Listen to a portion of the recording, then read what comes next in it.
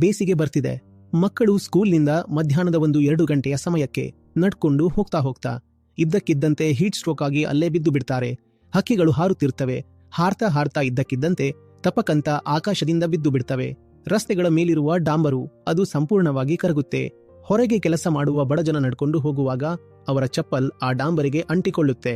ರಾತ್ರಿ 11, 2, 3 ಗಂಟೆಗೂ ಬಿಸಿಗಾಳಿ ಅಂದರೆ ಲೂಗಾಳಿಯೇ ಬೀಸುತ್ತಾ ಇದ್ರೆ ನಮ್ಮ ದೇಹದ ಈ ಭಾಗ ಇದೆಯಲ್ಲ, ಇದು ವಿಚಲಿತವಾಗಿ ಬಿಡುತ್ತೆ. ನಾವು ಬರೀ ಸಾಯೋದಿಲ್ಲ, ನಾವು ಹುಚ್ಚರಾಗಿ ಸಾಯ್ತೀವಿ. ಹಾಗಾಗಿ ಒಂದು ಸುಡು ರಸ್ತೆ, ಅದರ ಮೇಲೆ ಡಾಂಬರು ಅಂಟಿಕೊಂಡಿದೆ. 5-10 ನಿಮಿಷ ಓಡ್ತಾರೆ, ಆಮೇಲೆ ಅಲ್ಲೇ ಬಿದ್ದು ಸತ್ತು ಹೋಗ್ತಾರೆ. ನೀವು ನಿಮ್ಮ ಮಕ್ಕಳಿಗಾಗಿ ಇಂತಹ ಜಗತ್ತು ಬಿಟ್ಟು ಹೋಗ್ತಿದ್ದೀರಾ? ಸಾಮಾನ್ಯ ಊಟ ಕೂಡ ನಿಮಗೆ ಕ್ಯಾನ್ಸರ್ ಕೊಡುತ್ತೆ.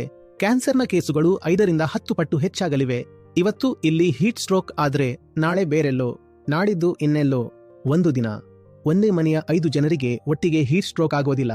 ಏನು ನಡೆಯುತ್ತಿದೆಯೋ ಅದು ಒಂದೇ ಜಾಗದಲ್ಲಿ ಒಮ್ಮೆಲೆ ನಡೆದು ಬಿಟ್ಟರೆ ಆಗ ನೀವು ಹೇಳುತ್ತೀರಿ, ಪ್ರಳಯ ಅಂತ ಬೇರೆ ಹೆಸರು ಬೇಕಾಗಿಲ್ಲ, ಇದೇ ಪ್ರಳಯ.